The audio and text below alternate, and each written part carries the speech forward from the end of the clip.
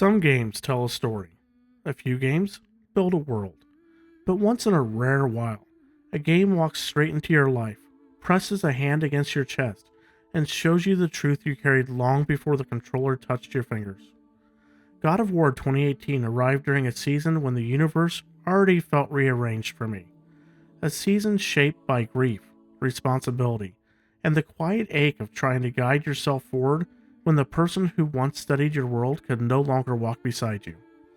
I didn't expect a game to meet me there. I didn't expect a story about gods and monsters to echo something so human. Yet, from the first swing of Kratos' axe, this game understood an emotion I lived through, the weight of love wrapped in grief, and the journey of learning how to move again. This is my perspective, not as a critic or a reviewer, but as someone who walked through loss, stepped into a world shaped by uncertainty, and found unexpected reflection inside the snowy forests of Midgard. Some stories meet you exactly where life leaves you, even when they never intend to. God of War 2018 opens with a quiet heaviness that feels familiar long before you understand why. Kratos stands in front of a marked tree, fingers pressed against the bark with the hesitation of someone holding memory in his palms. When he cuts it down, the swing carries more than effort. It carries grief. It carries reverence. It carries the weight of a man who feels he honors someone who shaped the gentlest part of his world. The silence that follows reflects the same silence that settled into my life when the brightest presence in my world slipped right beyond reach.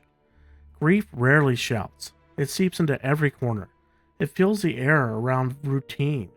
It reshapes simple actions with a pressure that stays long after the task ends. Kratos lifts that fallen tree with the posture of someone who carries far more than wood.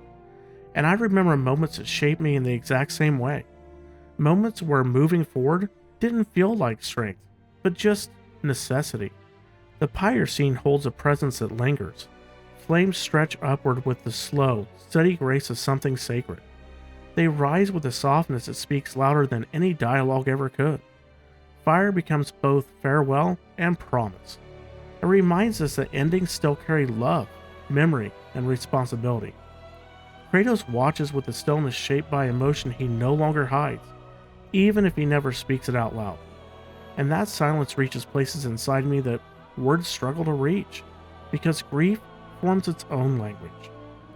Atreus steps into the frame searching for stability inside a world already rearranged around him. His voice carries the uncertainty of a child trying to understand a shift he has no vocabulary for. Kratos? He offers some guidance in small fragments, yet holds a distance shaped by fear. Not fear of the world, but fear of misguiding someone he loves. I've lived that same distance. The space where you want to shield someone, yet struggle to soften enough to let them feel safe. This journey begins in quiet tension.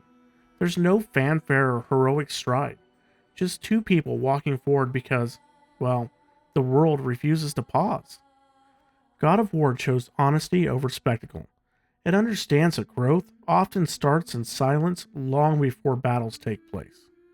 Take the knock at their cabin door. It changes everything. The sound carries a weight only people who lived through sudden loss fully recognize. The pressure of life testing you before you feel ready. The stranger speaks with calm confidence, the kind that hides intent behind easy delivery.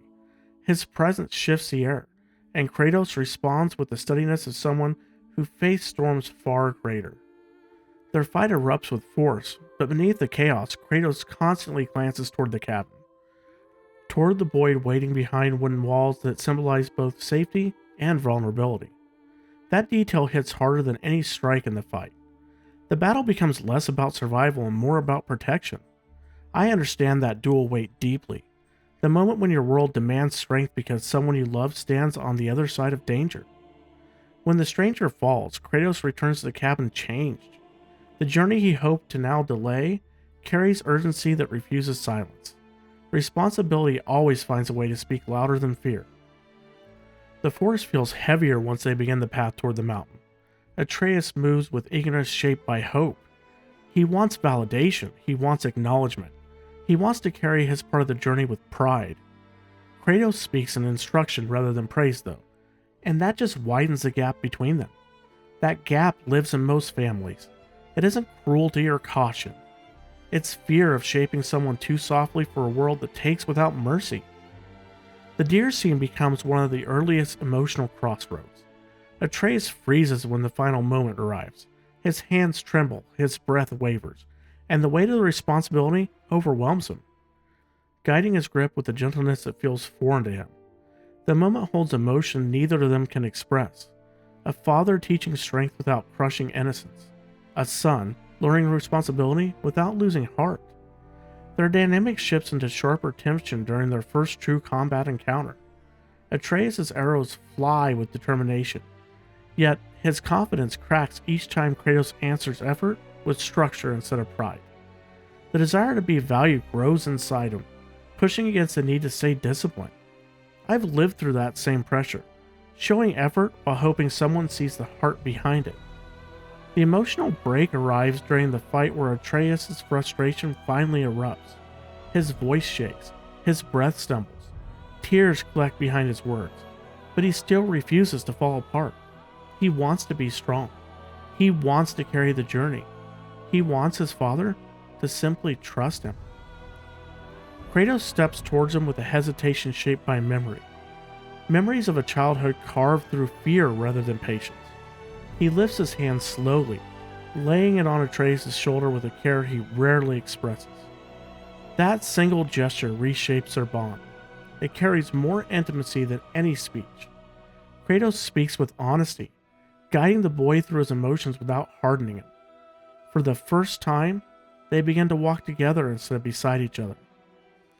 Alfheim becomes a realm that shifts their entire journey.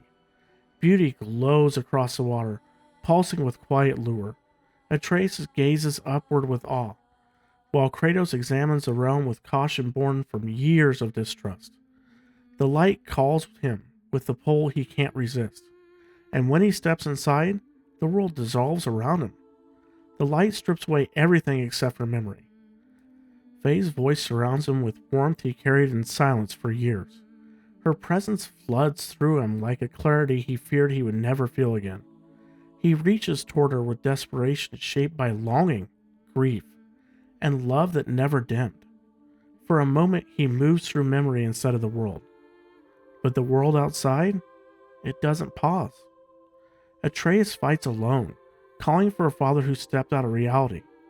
When Kratos falls from the light, breath trembling, he sees the consequences of looking backward while someone living needed him to be present. That realization hits deeper than any strike he endured. The past can guide, but it can't anchor you. The living require your presence. The journey pushes forward until they reach the mountaintop, a place shaped by prophecy, rage, and heartbreak.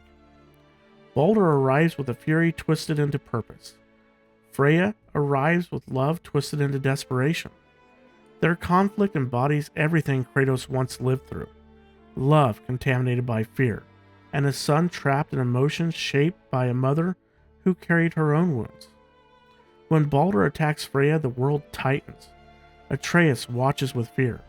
Kratos sees a cycle he knows intimately, a cycle he refuses to allow his son to inherit.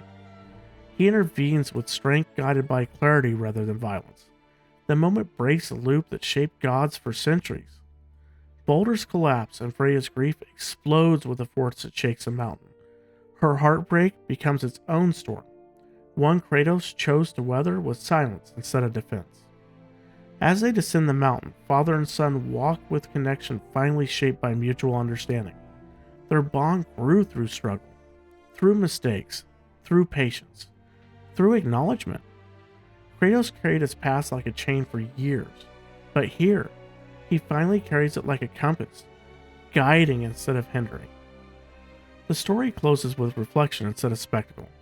The world feels wider around them. The air feels lighter. Growth settles into their steps. The journey that begins with silence ends with clarity. Kratos teaches Atreus that strength rises from compassion, resilience, and the courage to choose a better path than one life handed you. Some journeys test muscle. This journey tests spirit, and both of them rise because of it.